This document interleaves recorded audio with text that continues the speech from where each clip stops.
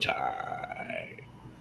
Rise and shine, it's a brand new day. Ken can take the stage, ready to play. Weekdays at 10, the cars and the scene. Coffee in hand, they're living the dream. Aggression in the voice, got the whole town awake. Bringing fire to the mic, make no mistake. Shows in the corner, spitting out facts. Dropping truth bombs, ain't holding back. Ken in the morning, feel the heat. From 10 a.m. CST, can take a seat. Live and loud, they're breaking the mold. Ken and the bold.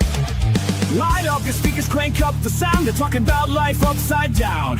Opinions exploded like a sonic blast. In the studio, they're built to last. With passion and grit, they engage and ignite. Every single week, their foes can't fight. From sports to politics, This is a Huddle Sports Network broadcast. You can find us on Roku TV, Amazon Fire TV, Facebook, and of course YouTube. Get all your NFL news here first. Good morning. Welcome to another holiday weekend edition of Ken and Ken. Yeah, everyone's off work today. It's one of those days as we start sharing this thing out to all the Twitters. We got a special guest, of course. We got Big Hoss in the house from Louisiana. Good morning, Hoss. Morning, fellas. Good to be back. I'm loaded for the day, and I'm off. I said I was going to come back for Labor Day because I was guaranteed that would probably be my next off day for a while on the weekday. There we go. Of course, we got our very own Timu, Joe Rogan. Joseph, how you doing this morning, Joe? What's going on, guys? And of course, the happiest man on the planet last week because he got not just last week. Still, I swear to God, my old lady is so tired of hearing me say that Micah Parsons is a Packer that she just might leave me in the next week. Oh, God. Oh, well, you'll have Micah Parsons. Yeah, there you go, Sarah.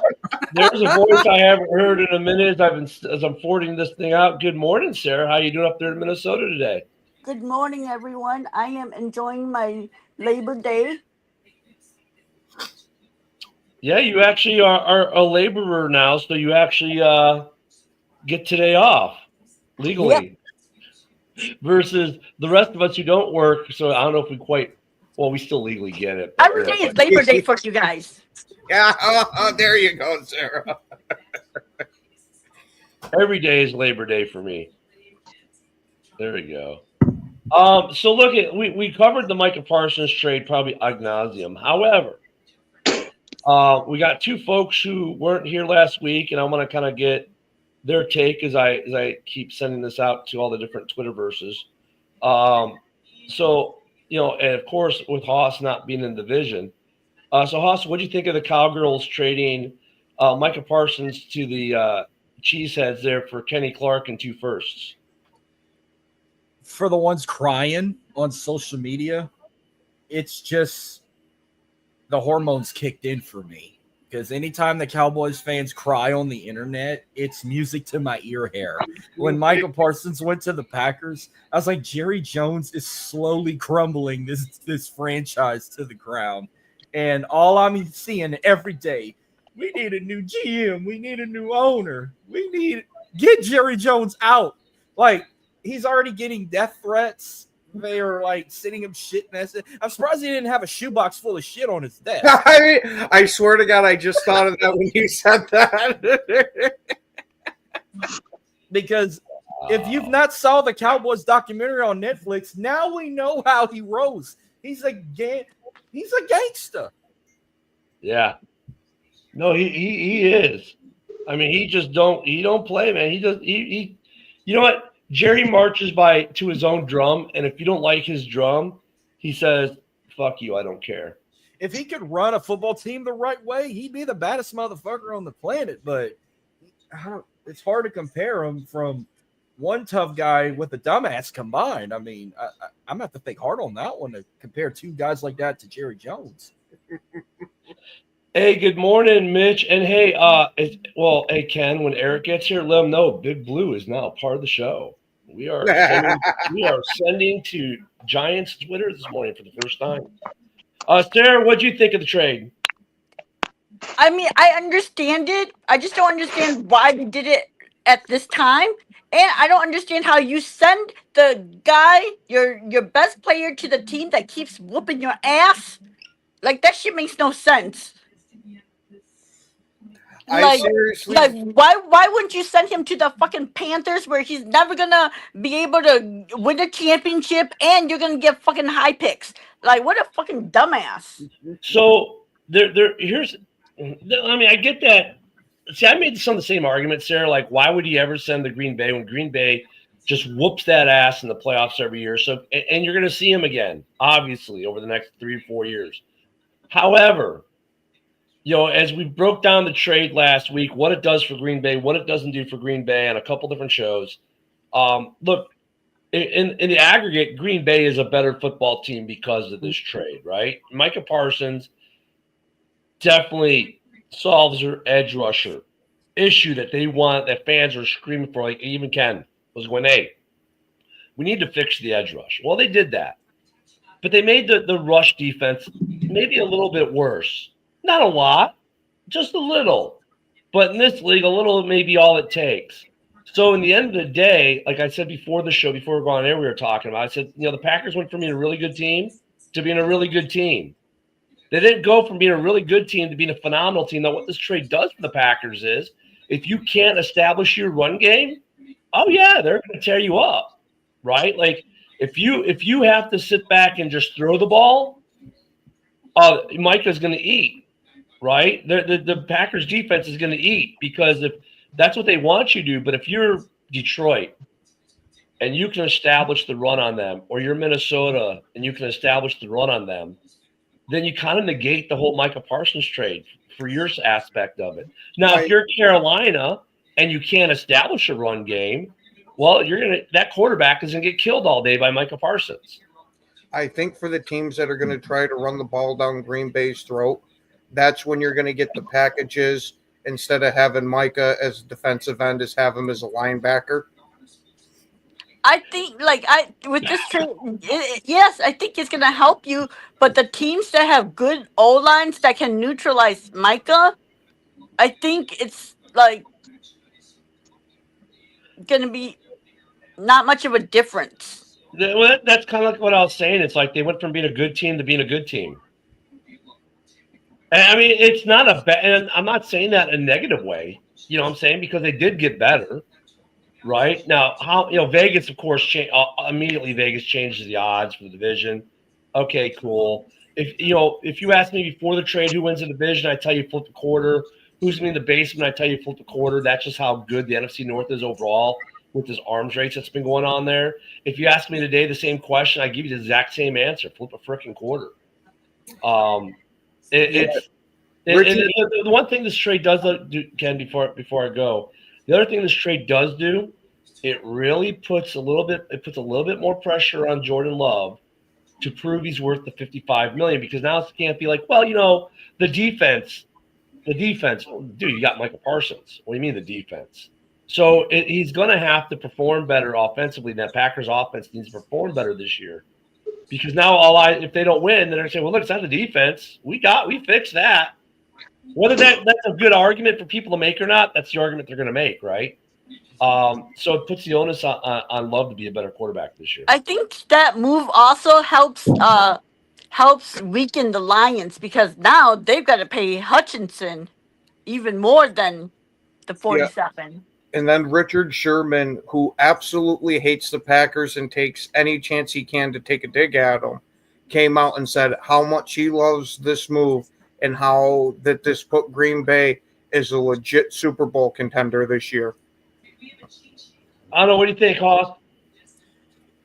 I mean, it'll boost their defense up more, but it could put them in a deeper playoff run, which I already had the Packers going to the playoffs, but not as a division champ. But maybe this could reverse that. That could make the Lions matchup more intriguing to watch, with Micah Parsons trying to go after a Jared Goff or whatnot.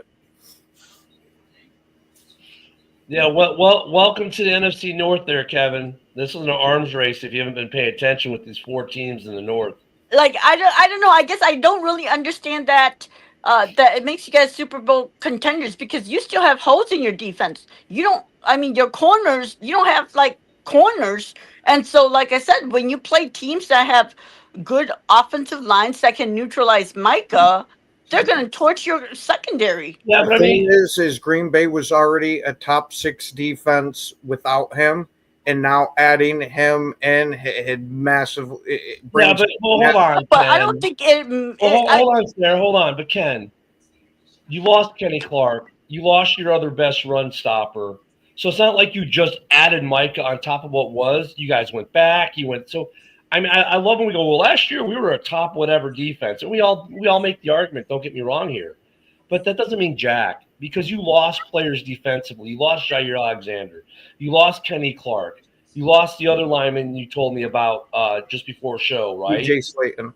Right, Slayton. So you lost some guys too that made you part of that defense, being top 6. Like I You gotta think your think if they let Slayton walk out of the building, that they at least have some form of game plan to back. Okay, so you have an unknown quantity going in there, though. That's not him. So you can't Like- just assume that the production's going to be the same. Because if that were the truth, then guess what? The Pats would have won 20 Super Bowls in a row. like I think your defense would have been more stout if you guys hadn't given up Ken Clark and you gave up like Van Ness or something. You know? Well, the word on the street is Jerry wanted Kenny Clark, and that's why he actually made the trade with the Packers. Mhm. Yeah, but Jerry doesn't make fucking any sense. You trade a 26-year-old going to his prime for a freaking 30-year-old that's like going out of his prime. Like, Well, no, it does make sense, Sarah. If you go back to what was said earlier, if they're going to try to tear it down and rebuild, look, you don't have to keep Kenny Clark that long. yeah, then why did you pay Dak $60 million if you're gonna rebuild? Why did you pay? No, because Jerry Jones had come out and said that he expected to win a Super Bowl last year by paying Dak that money. And because I'm telling you Jerry's exact words here. And because he didn't, this is the part I'm paraphrasing, that he is massively upset with Dak. And there's a lot of speculation around the league and with analysts that he's looking to move on from Dak after this year. So Haas, I mean, obviously, like me, you're down here in the region. We get nothing but Saints and Cowboys news here. Texans too. Well, for me, I don't know about you. Yeah, I get more Saints than I do Cowboys. Being on the east side, the east side of it versus you on the west. What about like Falcons or Jags or something? Where you at? No, Pensacola is Saints dominated in the news because we're closer. Okay. But what do you hear? What do you think? Like, I see a lot of similarities between the two teams right now in certain ways. I mean, I think both teams could possibly be sellers at the trade deadline now. Like, I really think that more of the Cowboys than I did before this trade, because it seems like they might need to start shedding some payroll and look to do some kind of rebuild of some sort, and maybe not complete rebuild, but at least a partial rebuild. Nah, Jerry sold Cowboys fans on Kenny Clark and stopping the run. That I've heard Cowboys fans say they are now a much better team without Micah, and they're gonna go win the division and I've be heard like that 12-5. too, Sarah, but I want to get Haas, who lives like in the area where he gets a lot of this news dump. Where he lives, it's nothing but Saints and Cowboys news. Oh yeah, it's like back and forth. Like they'll hop on one and then hop on the other. So do you think they're more of a seller? Are you talking I don't about think Dallas? Yeah. They're gonna make it. If it's not right now, they're gonna make it. What is it now? Like it's in the billions right now. What's it like? It's 6 billion or somewhere between 3 to 6 billion. I wouldn't No, see I it going up think, like, anymore. I think Ken's talking about like they're gonna be sellers at the trade deadline. Trade Right? deadline, yeah. Oh yeah, there'll be someone critiquing to buy that team. Like watch it be. No, I don't think Jerry's going to sell the team. I'm talking about like personnel, Players. like players. Like CD Lamb maybe gets on the block. That's what I was going to say. Is I've heard some stuff about CD might be out. I mean, I would get out of that shit show. Like, you see how it's being run. You have no chance to win there because he's gonna fucking do something crazy and then go trade a good player because he's mad. Like, how the hell are you supposed to win when your GM is that unstable? If I had to say, I'm gonna pick maybe I'm gonna say about 3 to 5. I think like that. Like CeeDee Lamb is one. If I had to name 2 more to 4 more people, maybe like maybe George Pickens, maybe like a Damone Clark. I don't know about that Prescott. Maybe Javonte Williams would be another one. Yeah, but see, it doesn't make sense that they're sellers because yesterday they just gave a big ass contract to their corner that broke his foot that didn't even play last year. So Hey, good morning, Eric. And Eric, just so you know, we now send the big blue on Twitter. they have no direction. Eric, I think you're winning that bet because now you have 2 more wins to count towards your win total. Those 2 against the Cowboys. See, I think that's a weird thing about the Cowboys is like we all look at the Cowboys, and Ken, this is why you can understand why I said about the hype train with Dallas. Dallas, like the way they pay people and hype people. That's why there's some people out there on Micah saying, okay, like I think Micah's legitimately a good player. But I think there's a little that Dallas overhype that comes with it. So it's gonna be interesting to see how he actually does in Green Bay. What's up there, Joe?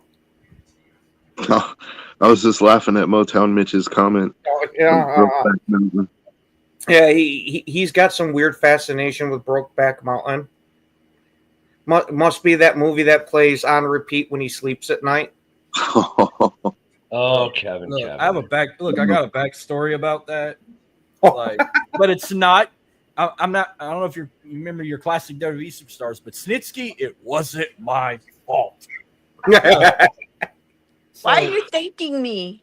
You know, there's to me, I think the Packers got better, and I think that people are looking at it sort of in a vacuum. They're looking only at Micah Parsons, and they're not looking at the effects of Micah Parsons. Like, Micah Parsons is a really good pass rusher, right? Yep. But let's be honest, he's the best pass rusher on that team by far.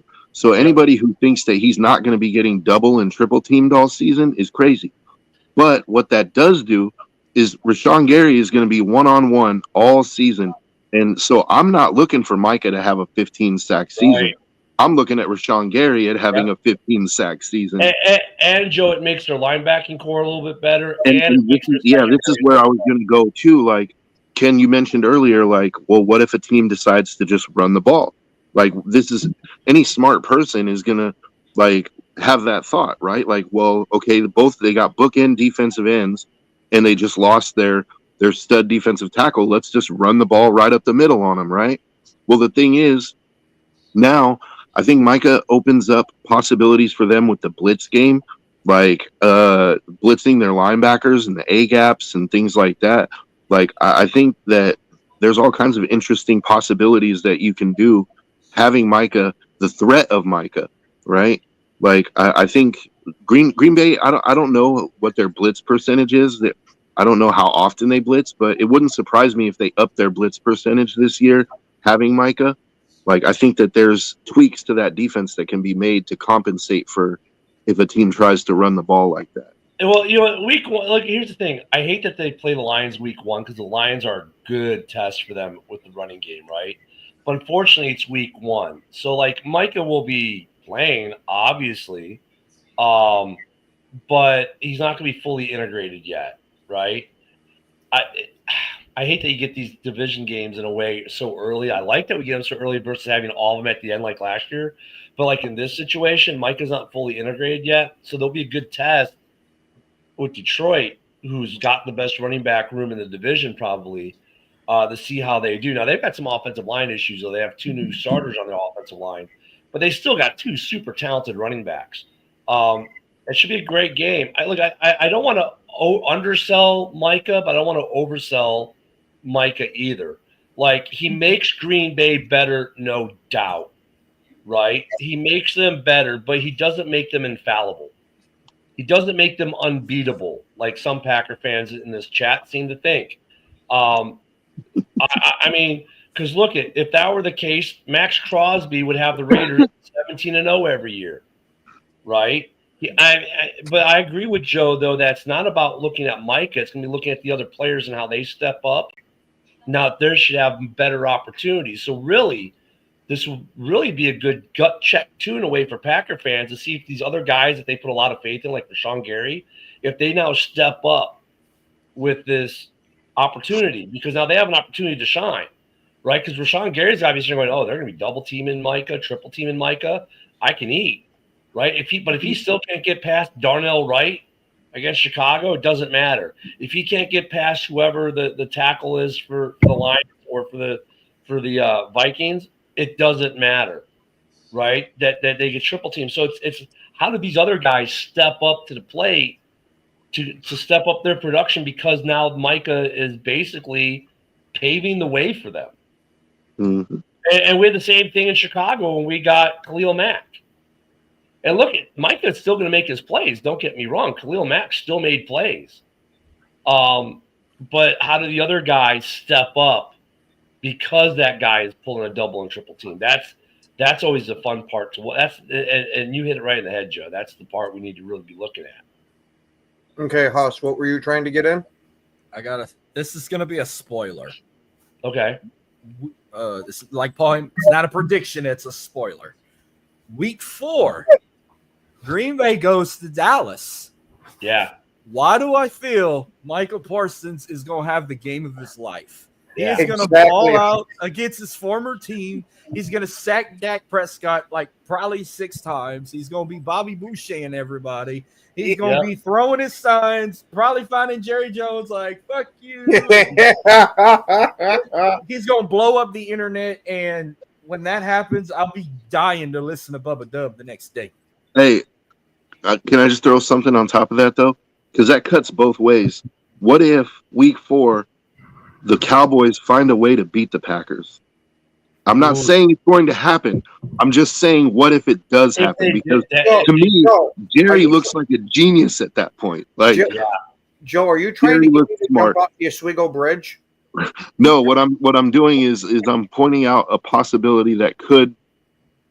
I mean, I'm not putting the house on it, but I'm just saying, if the Cowboys did manage to beat the Packers in week 4, all of a sudden Jerry looks like a genius. Like, well, I mean, here's the thing that the Cowboys got going from that game in a weird way. They have Matt Eberflus as their DC. We know Eberflus does decent to good defenses. Look how big Chicago's defense fell off when they fired him last year. So that's the other thing about this. Like, okay, Micah affects your defense, great, but your offense has got to perform. If it's a defensive battle, this is why I said earlier, it puts the onus more on Jordan Love to now show that he's worth $55 million. So you're going to have the $55 million quarterback against a $60 million quarterback in a defensive battle. Which one's going to get him in position to at least get a field goal? I mean, that could be how that game goes. I like Jordan Love's odds in that one. Dak outperforms Jordan, statistically speaking, so don't like too much.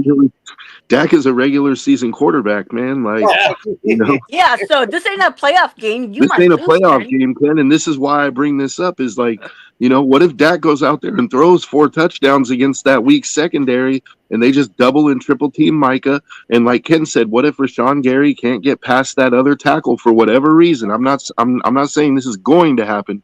I'm just saying a lot of the heat that's on Jerry right now is going to start to cool off if they manage to get that win, dude. Yeah. So for me, that week 4 game is a must win for the Packers, dude. It's a must win. Also, to me, sounds like if the dog didn't stop the shit in the woods, he'd have caught the rabbit. The only way the Cowboys are going to beat the Packers is with a cheese grater. I don't know, because you never know, because injuries. What if there's injuries that's detrimental to your offense? I mean, I'm not saying there's going to be, but 4 weeks in, that's 3 games that you play that people can get injured. Can we break that? I'm going to predict at least 2. I'm going to predict at least 2 by the end of this week, because the Eagles are going to freaking decimate Dallas in a couple days. But let's break that game down. Like, I know it's like we're sitting here laughing about it, like, oh, Dallas isn't going to beat Green Bay, right? But if you look at them on paper, if you look at their squad, right? Quarterback, I mean, Dak's a regular season quarterback, and as Ken said, he outperforms Jordan Love statistically, right? The cornerbacks, the defensive backs for Green Bay are less than stellar. Dallas, on the other hand, they just signed Bland, right? Like, he should be back healthy. They might have the edge in the defensive backs, or at least the cornerbacks, because McKinney, I think is better than. Say I'll give you with corners as defensive backs as a whole.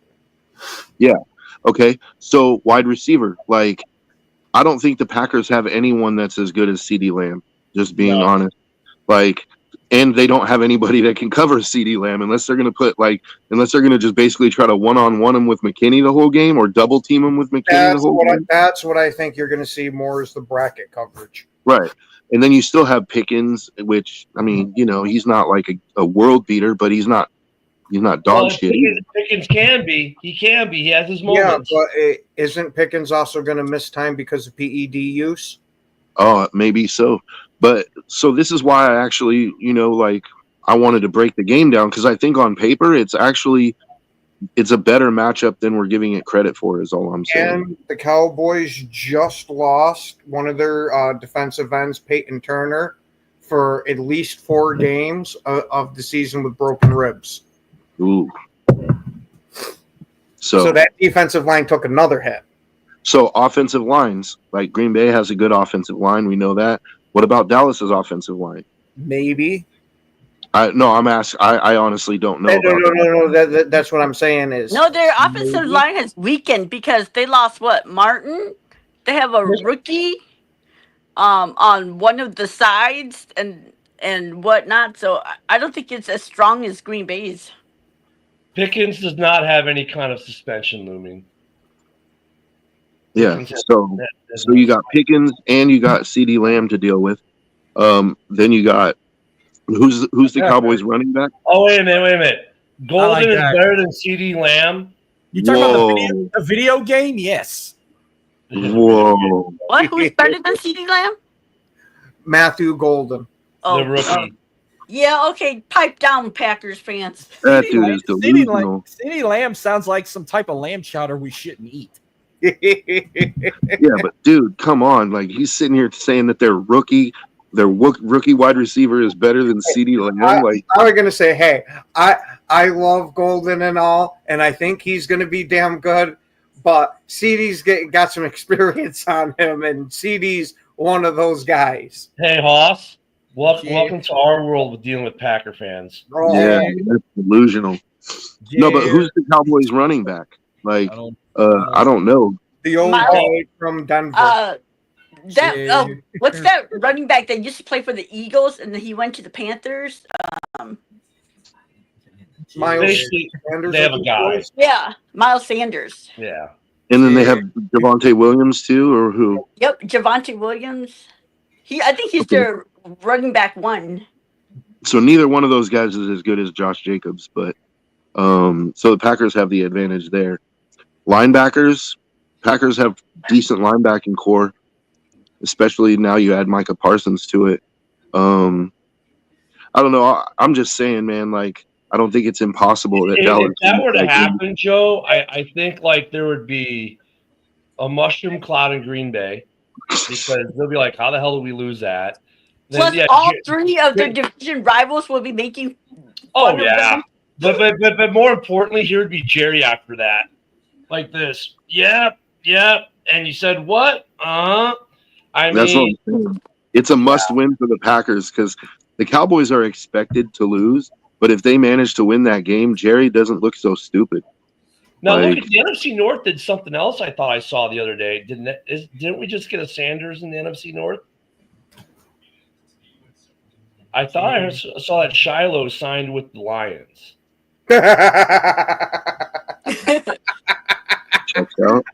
Man, I'm absolutely terrified over that signing. I don't know how we're going to be able to compete. Jerry had a CeeDee Lamb. Hoss, I swear to God, if the CD does leave, you need to come back so you can sing that for him. Oh, You might, I'll goodness. hear it. You'll hear it tomorrow night too. Because you want to know what's freaking great, and this is uber speculation, and people are running massively with like a sand grain type of thing. But CD will put on the exact same hoodie that Micah Parsons did when he started to check out for Dallas, and now they're starting to worry, is CD going to check out on him too? I think they're all checked out. Like, Well, actually, here's the fun part. Thursday night, the NFL season kicks off at 7:20 p.m.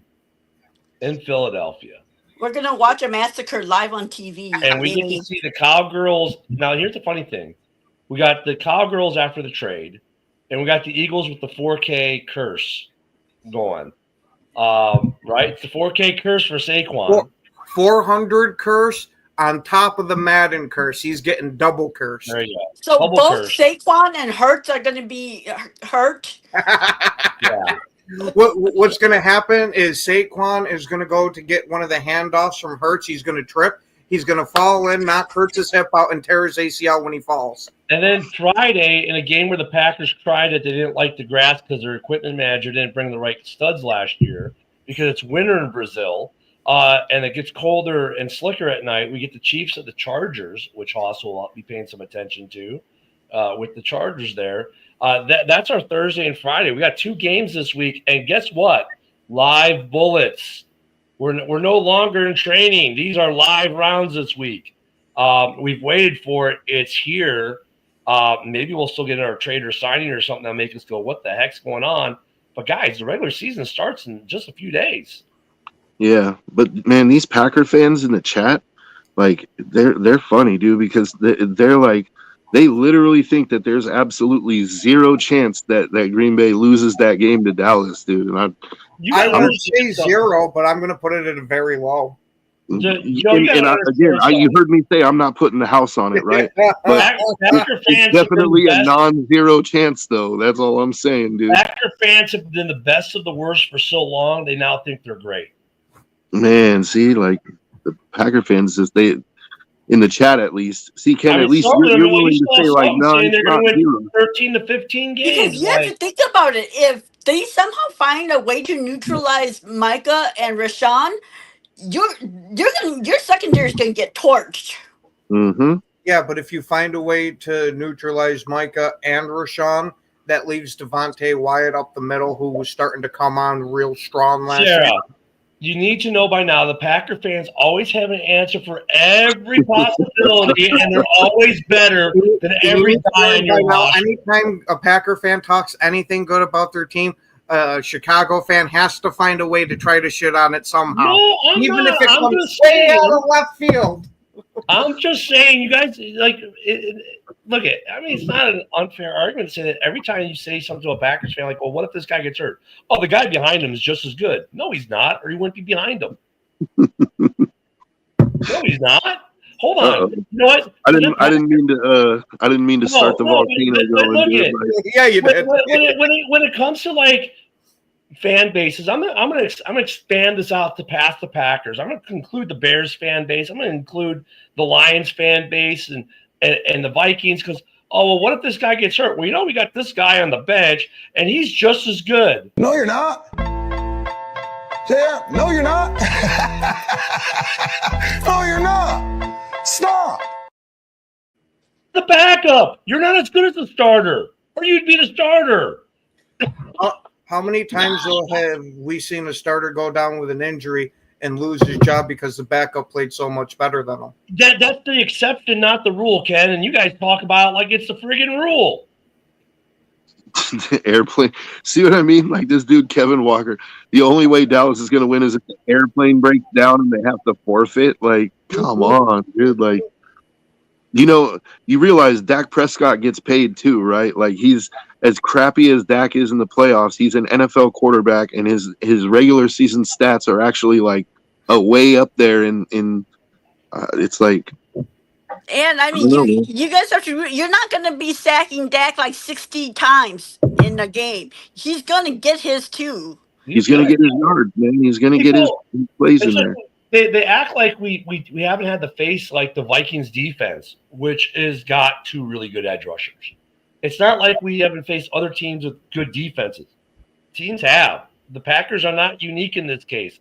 They are not the only team out there with a good defense that teams have to face. Mm-hmm. It's not like the Chiefs have not faced good defenses, or the Eagles, or the Giants, or the Commanders, or any of these teams in the NFL. We all face good defenses. But were you not making the argument that the Browns could be a halfway decent team this year because of their defense? That all you need is the offense to be serviceable when you have a damn good defense. And you know what? The same goes true for Green Bay. And that's why I say for Green Bay this year, really, Ken, for you, there's a silver lining to this. You're going to find out this year or not. No one's sleeping on the Packers. You're going to find out really quick this year if Jordan Love is actually worth the $55 million. You're going to find out whether or not your pass catchers have learned to catch the ball. That too. It doesn't help. Yeah, that's true. I know Golden and Kraft can. Outside of those two, But see, Ken, that's the thing is like when I'm sitting here saying that there's a non-zero chance that the Cowboys can beat the Packers, I'm not saying they're going to beat them 40-10. They only got to win by a point, dude. So let's say Jordan Love doesn't have a great game that day. Your receivers have the drop season. All of a sudden, Dallas is still in that game. They're down by 2 points or 3 points in the fourth quarter. Like anything can happen, man. Like parity in this league is such that you understand that. Right? You understand that. You don't think it's going to happen, but you understand that it could happen. But some of these fans in the chat are like, "Nope, it's an absolute impossibility." Like. This Kevin Walker dude, he literally just said, I've seen Dak play. Like, okay, you've seen Dak play, but you're still sitting here acting like Dak doesn't put up regular season numbers. Like, if you've seen Dak play, then you should know. The point I love Dorn. Hold on a second. Hey, Ken, hold on a second. I love Dorn here because Dorn's over there. Well, we got a top 5 defense. Oh, we got a top 5 offense, even with all the drops. I mean, this is the exact same thing that Haas is talking about, right? Like, well, our offense has all these drops. Yeah, but even with that, we could be a top 5 offense. Even though our receivers have hands made of concrete, we're top 5 in the receiving corps. No, you're not. He's talking about last year when Green Bay did have a top 5 offense, even with those drops. Dude, last year doesn't count anymore. Green Bay Packer fans, this announcement is for you because you need it. Last year's record no longer matters. Thank you, management. We are going full Detroit Lions fans here and putting the blinders on. Only this immediate second matters. Nothing has any bearing on anything else. Because last year doesn't matter. Look at teams have changed so much in the offseason. Look at within the division how much change. You have a new quarterback in Minnesota, which might not make any difference at all. You have new head coaching and an offensive line in Chicago that could make no difference or a lot of difference. You've got new coaches in Detroit that may make no difference or a difference, and you've got every team's got changes. Green Bay, you lost all your pass rush, your run defense guys, and you got a great pass rusher, great, but you also lost one of the best corners in the league in Devontae Adams. So I mean, you know what I'm saying? Jair Alexander. I'm sorry. Yeah. I'm just on a roll. He played like 6 games last year. Teams have changed. Teams have changed. So last year's record doesn't matter because those aren't the same teams anymore. The new season starts Thursday. This is now what matters. I mean, I get it for a reference point, to make an argument, to talk a little bit trash, which we know Packer fans love to do. Okay. I get it. I do get the argument, but you can't hang your head on that and say, well, we're automatically going to win because last year. Dude, I agree with this year's games. I agree with Yinzer's comment. There's not a wide receiver on the Packers that I fear.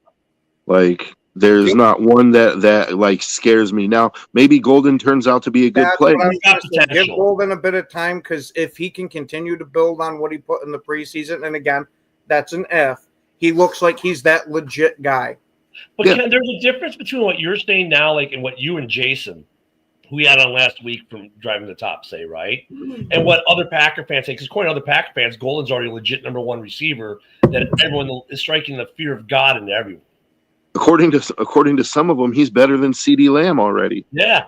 He's never even taken an official NFL snap.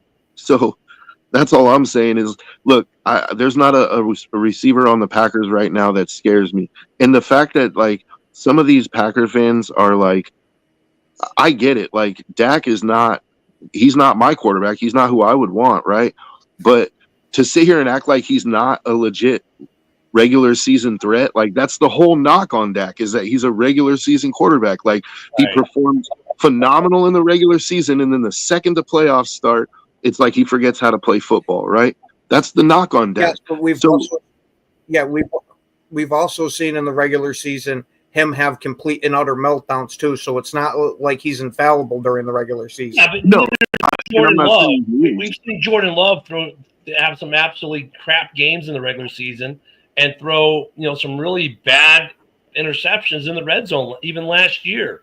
So it's like that's the thing. Like these guys are I mean, they're human, okay, but like this game that Joe's talking about, this Green Bay Cowboys Week 4, dude, it could be a barn burner. It could be a hell of a great game, and it could be a one-score game. As a lot of games go in this league.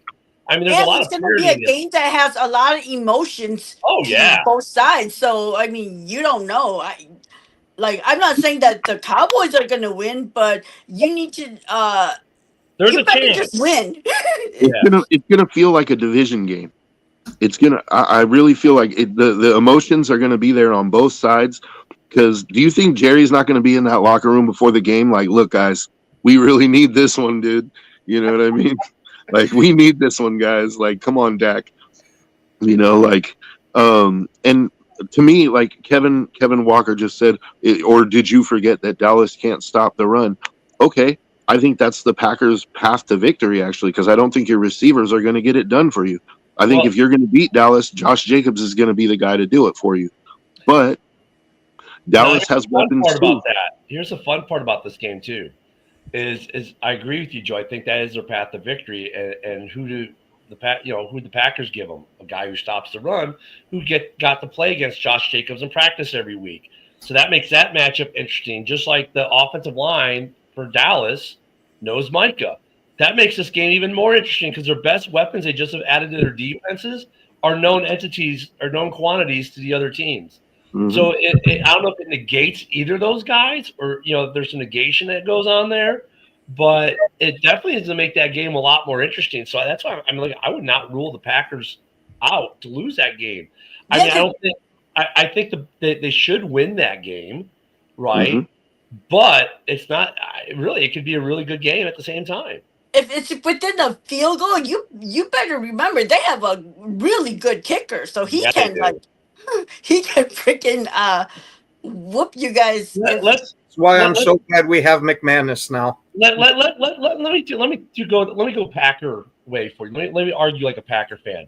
Let's not forget the Packers are a team that lost to the Bears, who had just lost a 10-game losing streak and lost by a field goal in Lambeau to a 10-game losing Chicago Bears team last year. So how good are they really? With only part of the starters playing. Oh, here come the excuses. Now here comes the whole thing of, oh my God, Caleb Williams is undefeated in Green Bay and they haven't lost a game in 2025. That is technically true. Thank you for bringing that up. I wasn't going to bring it up. Thank you. Technically, that's true. And Caleb is undefeated at Lambeau. Yeah. I mean, seriously, I can go Packer argument. Well, last year you lost to a team that had lost 10 games in a row and came to your house and beat you. So really, how good are you? 1-5 in the division last year. Well, you'd assume to losing to such a shitty team is going to be a slap in the face and give them a bit of a wake up. That's true. That's true. It should give you a wake up call. That's why you went to Philadelphia and got destroyed like a bunch of Hendon hookers on a bad corner on a Friday night. How did you guys do in the playoffs? Can you remind me? Oh yeah, we did just as well as you did. Didn't win any games in it. You did. You actually made it to the dance. I missed where you were on the card. No, we have the same playoff. We have a better playoff record because you are over.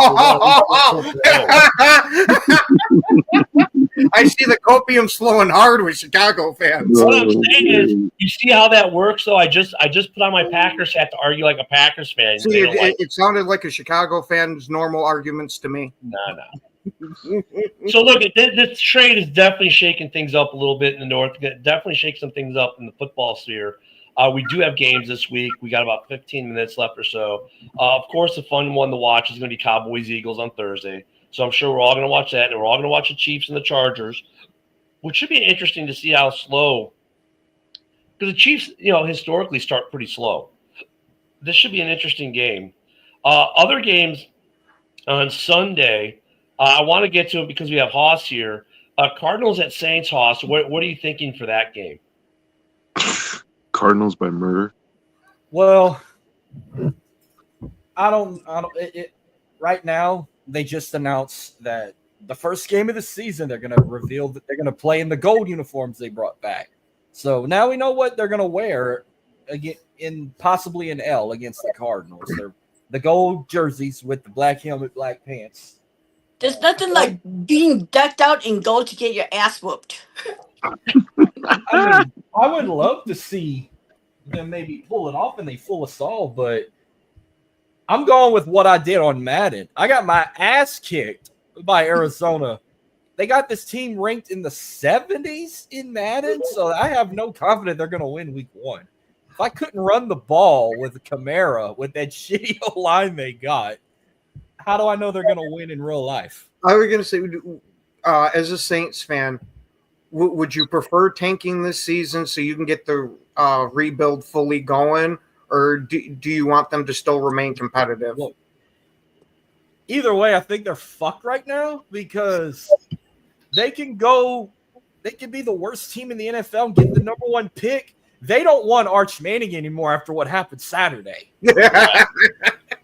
Yeah, I heard he had a pretty bad game. I didn't watch it. But speaking of that, But that was one bad I game. saw a hilarious He meme turn about it it. around. How do But- we know he's not just playing bad so he doesn't get picked number 1 to a shit team? Like, that was just his first start ever. I mean, he had one bad game. Maybe he could change it around, but I'm laughing at all. Heisman hopes are dead. Saints, he's all yours now. And they're like, we don't want him no more. We want Garrett Nussmeier.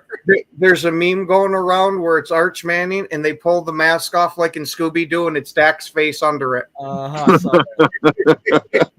Now, some other interesting matchups that's going to be fun to watch. One that I'm going to have the red zone on. It's funny because Aaron Rodgers goes back to the team he just played for last year to play Justin Fields against the team he played for last year, the quarterback swap. Steelers at Jets is going to be an interesting game. That's a noon game, so 1 p.m. Eastern game. That one's going to be a lot of fun to watch, too. I think Steelers have just a tiny slight advantage because they have a tiny slight better offense. Yeah, I mean, that's going to be a fun one. And we'll see if Justin Fields, He's AG not made- 10. Justin Well, I Fields mean- ain't it. no, Sarah, but I don't know. You missed the arguments maybe a couple weeks ago, but it's funny that AG could have gone after any quarterback he wanted to, and he went after Justin. I'm interested to see why. We kind of already have a little bit of an idea why. Cause, he is look at his number 4-2 last year in the Steelers, but it's gonna be interesting to see how they're building that team around Justin. This might be the first time Justin is in a situation that might be beneficial for him, where the team is being built around him or he fits the situation. That's going to be a fun story to watch throughout the season. Another great game that should happen at the same time, an early game, Buccaneers at Falcons. That right there could decide the entire division in week 1. I wouldn't go quite that far, but it's definitely going to be interesting. If the Bucs come out and destroy, play. But if the Bucs No, but I get what Ken's saying by it. I get what Ken's saying by that though, because they're really it's really a 2-horse race in that division. And so if one team really imposes their will on the other team, then you kind of get an idea of who's taking that division, is what he's saying. Yeah, right? but last year Atlanta swept the Bucks and still lost the division. So you can't really you're not going to be able to tell this early in the season. That's going to be a fun game. And, of course, Eric, the game he's going to watch before the Packers, and actually I think this might be a really good game, is the New York Football Giants at the Washington Redskins, i.e. football team, i.e. Commanders. I think the Commanders might I think it's going to be a tougher game for the Commanders than people think. I agree. Ooh, I don't. Because the I think Giants, that's gonna be- the Giants are kind of like, to me, they're like Cleveland, right? They've got this really good defense. And actually, there are 3 teams that kind of all fit in the same build for me. The Giants, the Browns, and the Titans, right? All 3 of these really, really good defenses. all three of them made improvements on their offenses. Where last year their offenses were a lot of 3-and-outs, a lot of turnovers with short fields. If those offenses improve enough to not give short fields and be 3-and-out all the time, those defenses can stay somewhat productive and fresh. They're going to be in a lot of close games. Now, if Cam Ward comes out for the Titans and throws a lot of picks and gives a lot of short fields, if Russ is just 3-and-out, turnover machine, then yeah, it's not going to work out. But look if Russ can go, 5-6 plays and then punt, and it becomes a field position game on defenses, they have good enough defenses. They might just, then Russell needs to move it 8 yards and get a field goal. That's their path to victory, I think, in a lot of games. But the Giants are that D-line's no joke. No, it's not. The Giants are going to get boat raced in that game, dude. I don't know. I don't think so. And Yinzer, absolutely, I did not turn on Rodgers. If you watch any of the shows that I did, even when it's Packer fans disparaging him, I speak out against it. He did a hell of a lot for us. I still like the guy. I still hope he does well, except for when he plays Green Bay. What is Russ good at? Throwing the deep ball. Who do they have as a receiver? Neighbors. You know what Russ is good at? Is sitting in the chair besides the bed with Sierra. Man, I'll tell you what, we talk some mad shit about Russ, but the dude's We call that the Darcy chair. Russ has 1 Super Bowl, should have 2 Super Bowls under his ring count if they would have just handed the ball to Marshawn. Yeah, but Russ wanted to be a hero. Well, no, Pete Carroll. It wasn't Russ. That was Pete Carroll. But Russ is not a terrible quarterback, right? And look, they've got Jackson Dart back there, but they're a team that's on that trending upwards look. We can't just look at New York Giants and say, oh, they're an easy victory for anyone. And I think the Commanders way overachieved last year. Yeah, like I said, I think their defense is going to keep them in games and keep them feisty. Yeah. Yeah, well, we'll see. I think that's going to be a boat race. Dorn did turn his back on Rodgers there, Yinzer. Yeah, Dorn wanted to get rid of Rodgers a few years before we did. I'll tell you an interesting game this Sunday. I don't know how much it's going to go towards like playoff implications and stuff like that, but just as far as watching an entertaining football game, I think the Raiders and Patriots is going to be a good game. Yeah, I was going to say that too because you got the debut of both head coaches, and they're both good head coaches. And you have teams with defenses and the offenses. Yeah. Well, I'll tell you what though, it better not be a 3-0 game. Oh my! I'm not going to sleep on the Raiders' offense though because they do have some play capability. Amari Cooper, if he can just hold on to the ball, is a good deep threat. And they've got they've got the gold jacket Bowers. They've got some weapons, man. And Geno is a step up for them on the quarterback. Yeah, because the Patriots don't have anybody that can cover tight ends, so that's the advantage that the Raiders have. That's going to play a major factor. But I think the Patriots' offense is going to be pretty good this year too. Because I expect Drake May to take another step forward. Well, have you seen their O-line? Their O-line is shit. Well, that's the other thing is we get to start to see this year with all these second-year quarterbacks like Drake May and Bo Nix and Penix and all these guys and Caleb and how they take that second year.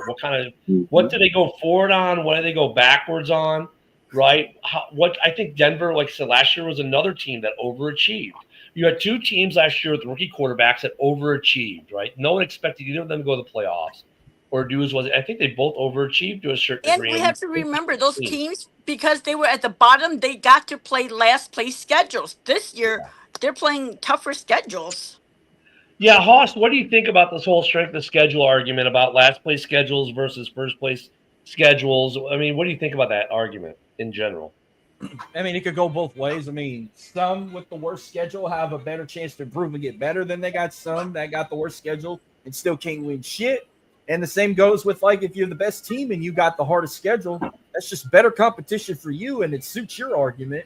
But if you got the weakest schedule, it just makes you look like a cupcake team and you can't compete with competitive teams. I don't know who's got the easiest schedule for the best team in the league. I don't know if they said it's the Bills, but I thought the Bills had a pretty No, tough it's schedule the as well. 49ers. The the NFC West is playing the AFC South and NFC South. If those teams can't beat the AFC South or NFC South, I mean, I don't know. Yeah, I mean, you look at the AFC, the AFC North, the NFC North, the NFC East all have pretty hard schedules, right? This year in the AFC East, don't have the easiest schedules. But I always think it's funny because the difference, let's say, in the division. I love this, especially the division argument. Well, the Lions have a harder schedule than the Packers do because they're playing the first place schedule and the Packers are playing the third place schedule. Dude, the difference in your schedule is usually 2 games. Mhm. It's not a huge difference. You play all the same teams except for 2 or 3. I'll go off the limb and say, I think could be the game of the week. I'm going to have to say the Bills and the Ravens. That might be the game of the week. Like that. Yeah, I'm actually that's excited to gonna be see. fun. That's a potential AFC championship game right there. That's going to be my game of the week whenever I do my predictions for week 1 in a couple days. If I had to pick a toilet bowl, Chiefs and Chargers might be a backup. I'm just shocked that they got this one right. They didn't put a team in green go and play in Brazil and have freaking threats all over again. But if I had to pick toilet bowl of the week, Dolphins and the Colts. Hey, you know what? That Chiefs-Chargers game might not be as interesting as it would have been a few months ago, though, because Rashawn Slater's out for the season, and that's a huge loss for the Chargers. They just lost their starting blindside tackle. I think that there's no way that doesn't affect their team. Sadly, I won't be watching. I'll be on. I think we'll see a lot of running. So I won't be able to watch Friday. I'll be on the sidelines Friday. Hey, Big Hoss, to be happy to know I drafted Amari and Hampton yesterday in my fantasy draft. I think we're going to see a lot of him on Friday. I got one more draft left. My last draft I did yesterday, I was graded a B+. Yeah, I think we'll see a lot of. That is. I love the toilet bowl game of the week though, being the Colts game. I mean, Panthers Jaguars though. Panthers Jaguars either going to be a toilet bowl or it's going to be a heck of a fun game to watch because those are 2 teams that could be fun. Yeah, a lot of people are don't know what to make of the Jags or the Panthers. Are they good? Do they suck? And when one of them win, we're still not gonna know. We might not know. I think I took the Jags. It depends where the game is. If it's in Duval, I'm gonna go with Jacksonville. If it's in New England, the game is in Duval. Jacksonville. Panthers Jags is in Duval. Jacksonville. Bengals Browns will be interesting just to see if Joe Burrow starts hot. I got the Bengals getting a struggle win. He's going to probably get sacked 3 or 4 times because he ain't got a line to protect his ass. But Joe Flacco still have it? That's the question.